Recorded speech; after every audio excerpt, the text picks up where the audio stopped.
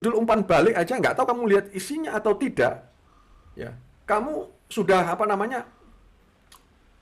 menghubungi anak saya. Terus kamu mau apa? Nah ini kan kebangsatan kamu kan kelihatan, ya. Bangsat bajingan tengik kamu ini. Dan orang-orang Kristen, saudara, saya mau katakan tidak lebih daripada coro ini, ya. Bangsat kamu ya. Anaknya lonte kamu. Dan lonte Kristen pastinya.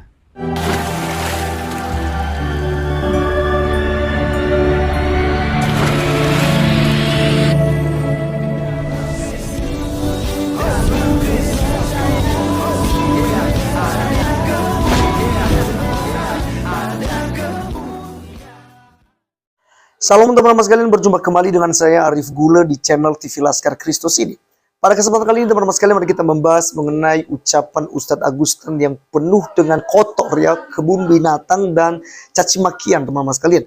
Dalam hal ini dia sedang mereaction video daripada Andre Tunggal yang memberikan judul bahwa seorang papa yang baik tentunya tidak menjadikan anaknya untuk mencari cuan atau mencari duit di YouTube. Karena beberapa waktu yang lalu Ustadz Agustin ini mengajak anaknya dalam rekaman bersama dan artinya mendesak ya ada usaha untuk membawa anaknya ini percaya kepada Islam, menemukan hidayah. Karena dia katakan bahwasanya sekiranya ada 2 juta orang yang akan mendoakan kamu untuk mu'alaf. Bagaimana perasaanmu gitu ya. Apakah kamu mau masuk Islam atau tidak gitu ya.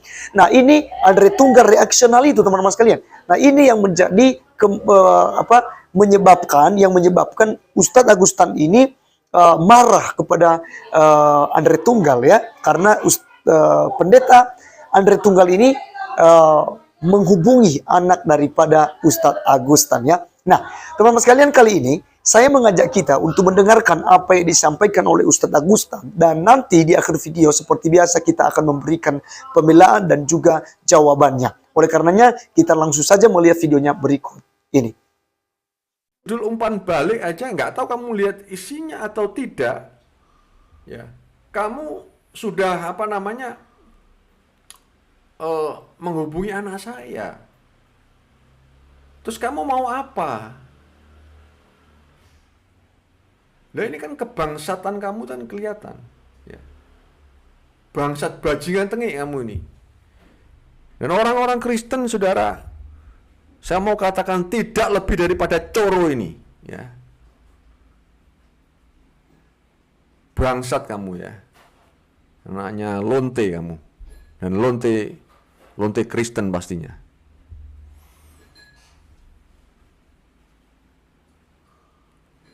Makanya terus terang ya, buawoi saya ketemu kamu saya tebas leher kamu ya. Buawoi saya ketemu kamu saya tebas leher kamu ya. Buawoi saya ketemu kamu saya tebas leher kamu ya. Oke, teman-teman sekalian, itulah yang kita dengarkan dari Ustadz Agustin yang sedang marah dan ya menampakkan kebengisannya. Dan ini bisa jadi mewakili ajaran agamanya sebenarnya. Karena kalau kita melihat selama ini dia katakan dia mendapatkan hidayah masuk ke agama Islam yang rahmatan lil alamin, walaupun pada dasarnya menyerang Kristen, teriak-teriak kafir, bakar gereja, tolak gereja gitu ya, demi nama Allahnya ya, dengan teriak Allahu Akbar. Nah, teman-teman sekalian, kita melihat di sini bahwa kehidupan daripada Ustadz Agustin ini ya tidak menunjukkan ya agama yang rahmatan lil alamin ini, yang rahmatan untuk segala makhluk, segala alam semesta ini. Justru kita melihat bahwa yang ada kepada Ustadz Agustin adalah bengis dan jahat. Kata-katanya penuh dengan kotoran, teman-teman sekalian. Ya, ini yang selalu saya katakan bahwa ketika Ustadz Agustin menjadi seorang pendeta di Kristen pada waktu itu sesuai dengan takianya dengan mengatakan bahwa dia seorang pendeta lalu masuk ke agama Islam. Ini kita bisa menilai bahwa Ustadz Agustin ini tidak pernah jadi pendeta. Karena kalau dia pernah jadi pendeta, tentu saja dia paham bahwa ada begitu banyak ayat kitab suci Alkitab, ya, Alkitab Kristen melarang keras untuk mengucapkan kata-kata yang sembrono, yang tidak bermakna, apalagi kata-kata kotor seperti yang diucapkannya, bajingan kamu, ya kamu ini anak lonte dan banyak lagi ya. kata-kata kotor yang disampaikan oleh Ustaz Agustan ini.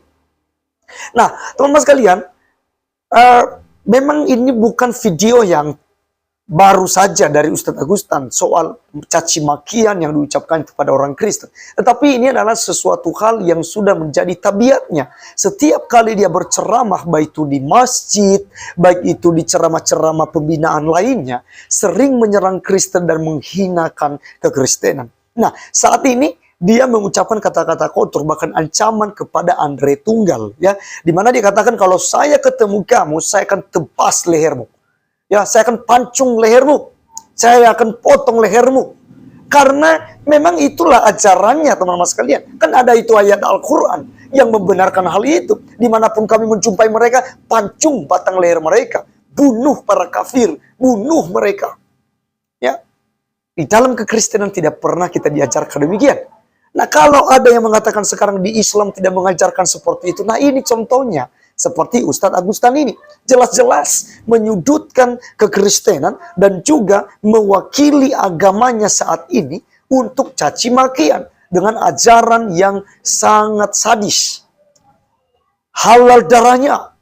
Kalau ketemu ku tebas lehermu, ku potong lehermu. Bayangkan teman-teman sekalian kata-kata ini. Nah, kalau kita kembali dalam ajaran Kristen teman-teman sekalian, kalau Ustadz Agustan pernah jadi Kristen, otomatis dia akan paham ayat ini. Saya akan bacakan buat kita dalam Efesus pasal 5 ayat yang keempat. Firman Tuhan katakan demikian teman-teman sekalian. Demikian juga perkataan yang kotor, yang kosong, atau yang sembrono. Karena hal-hal ini tidak pantas. Tetapi sebaliknya, ucapkanlah syukur. Nah, jadi teman-teman sekalian, bagi para pendeta, orang-orang Kristen, tidak ada alasan untuk kita mengucapkan kata-kata kotor.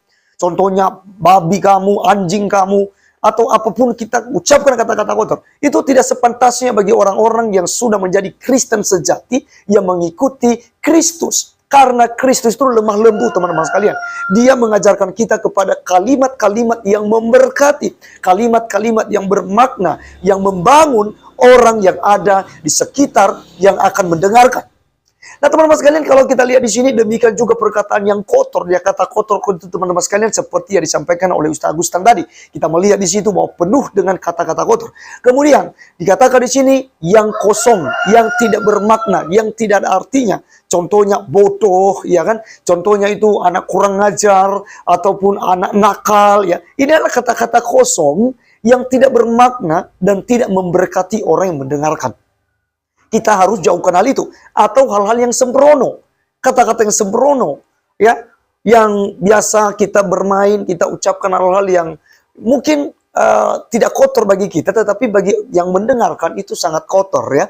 Dan itu kita harus jauhkan itu karena hal itu tidak pantas bagi orang-orang Kristen. Tapi yang harus kita lakukan adalah kita tetap mengucap syukur. Nah, Alkitab juga katakan teman-teman sekalian, bahwa segala sesuatunya yang kita ucapkan, yang kita sampaikan, kita akan mempertanggungjawabkannya di hari terakhir. Mari kita buka firman Tuhan lagi teman-teman sekalian, di dalam Matius pasal 12 ayat 36 sampai 37. Apa yang disampaikan oleh firman Tuhan?